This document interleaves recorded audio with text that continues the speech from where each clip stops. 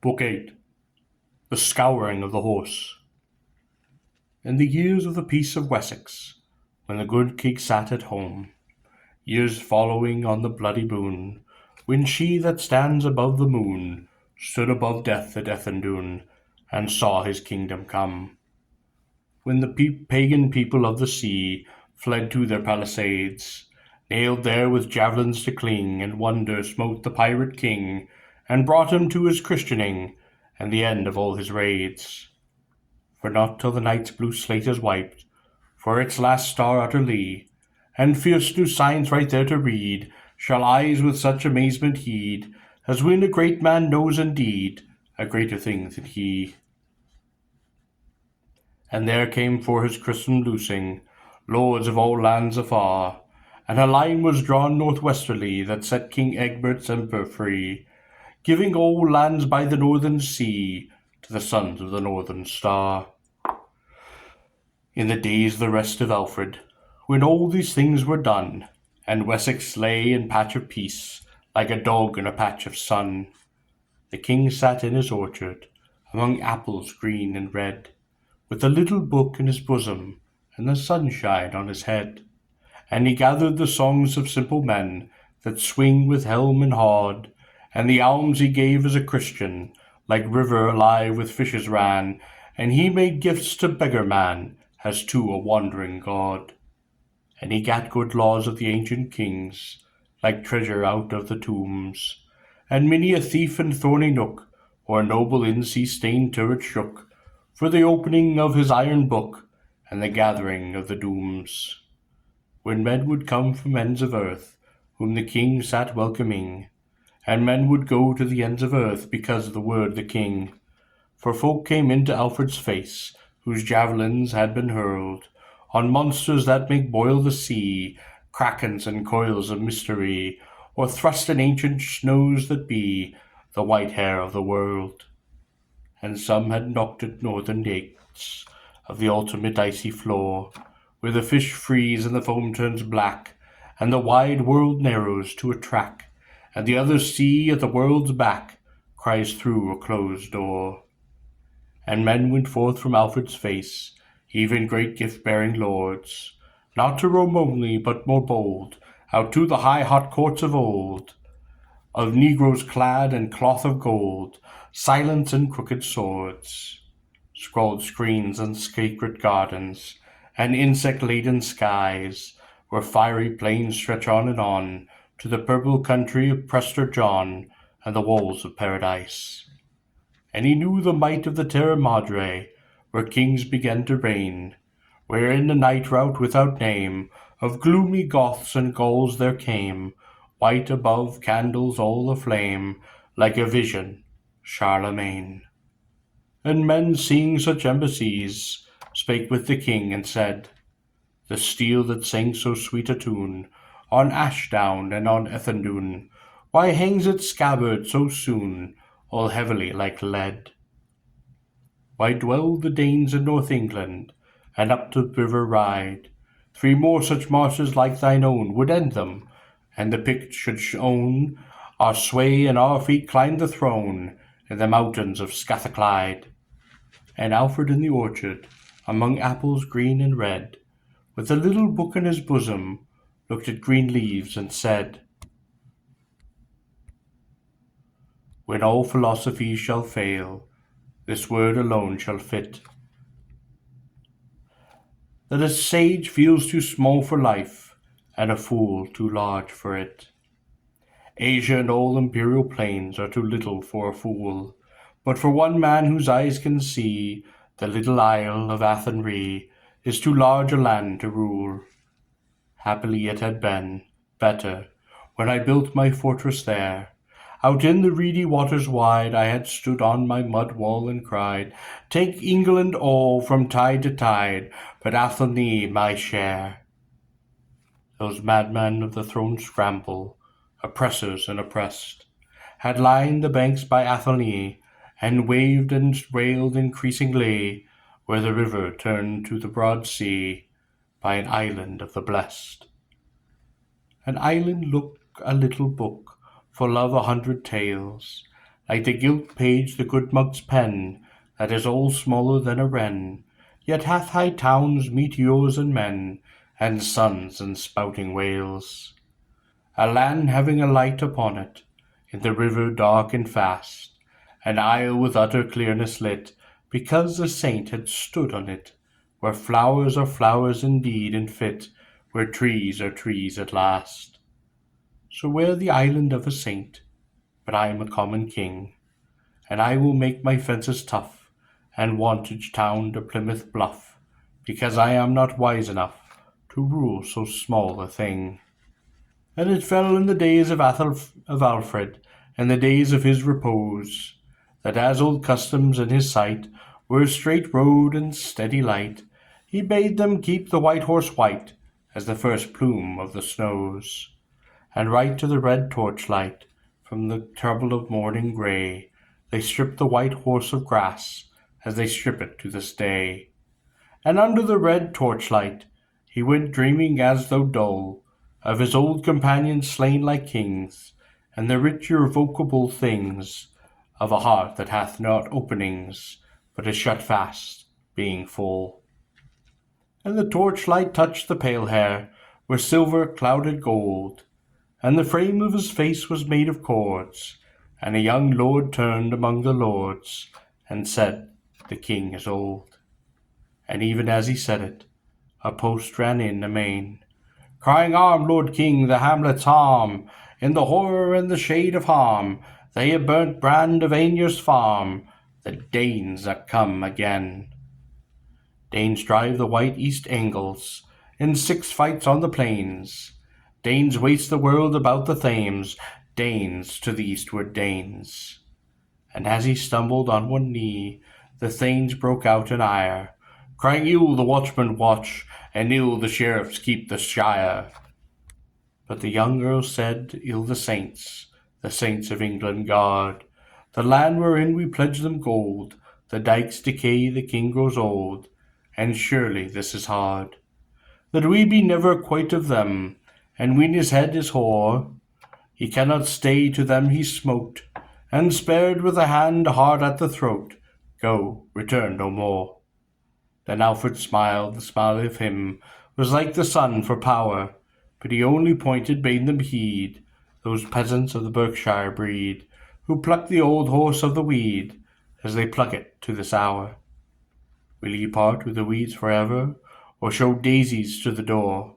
Or will you build the bowed grass, go and return no more? So cease the sun so secret, thrive terror and theft set free, treason and shame shall come to pass, while one weed flowers in a morass, and like the stillness of stiff grass, the stillness of tyranny.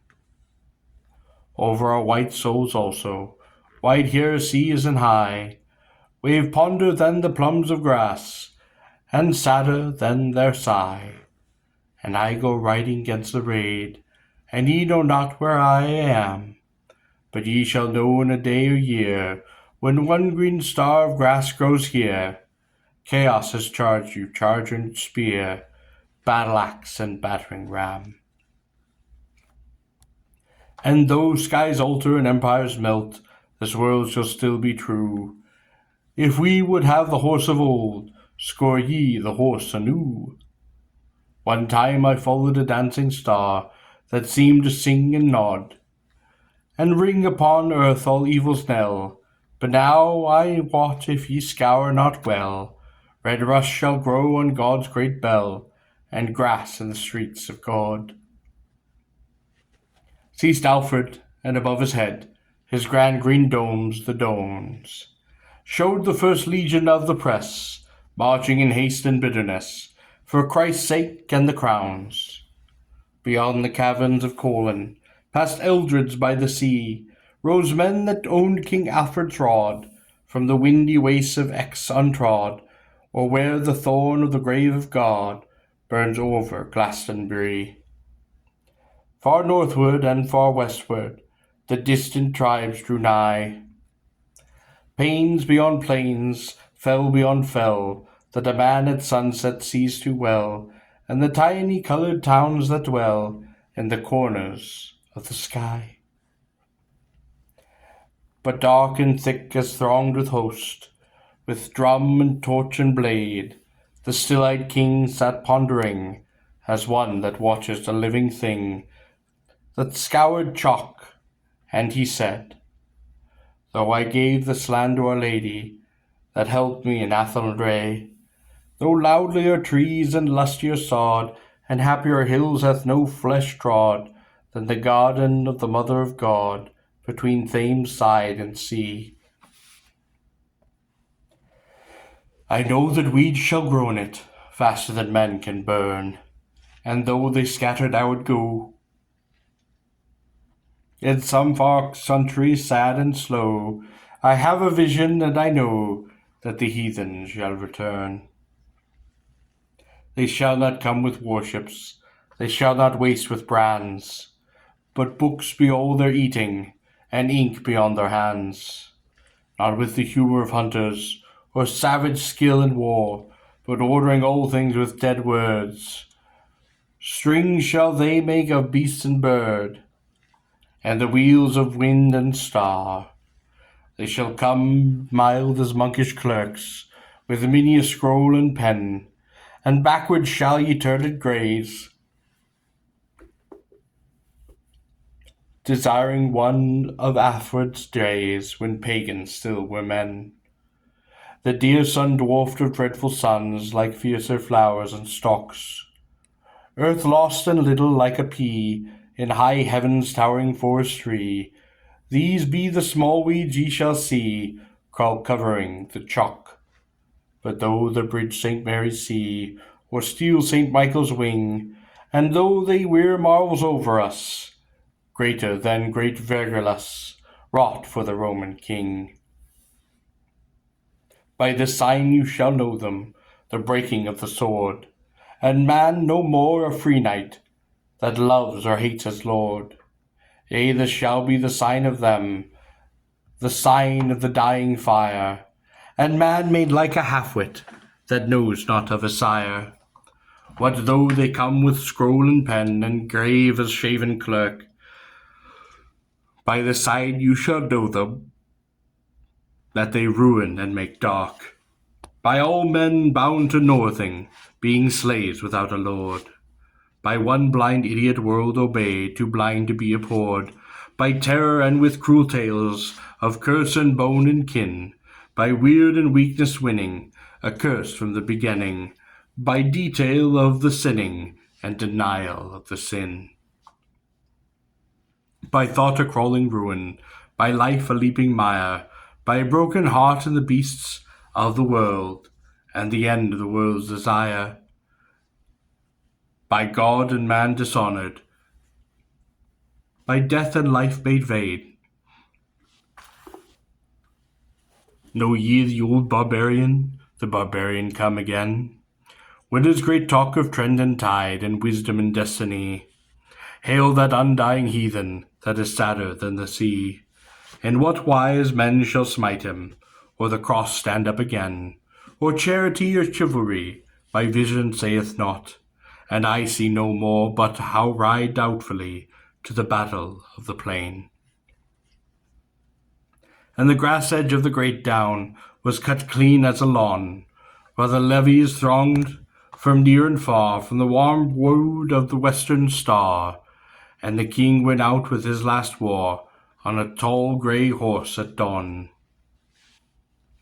And news of his far-off fighting came slowly and brokenly from the land of the Saxons, from the sunrise and the sea, from the plains of the white sunrise, and sad St. Edmund's crown, wherein the pools of Essex pale and gleam out beyond London town, in might and doubtful fragments, and faint or fabled wars, climb the old hills of his renown, wherein the bold brow of White Horse Down is close to the cold stars.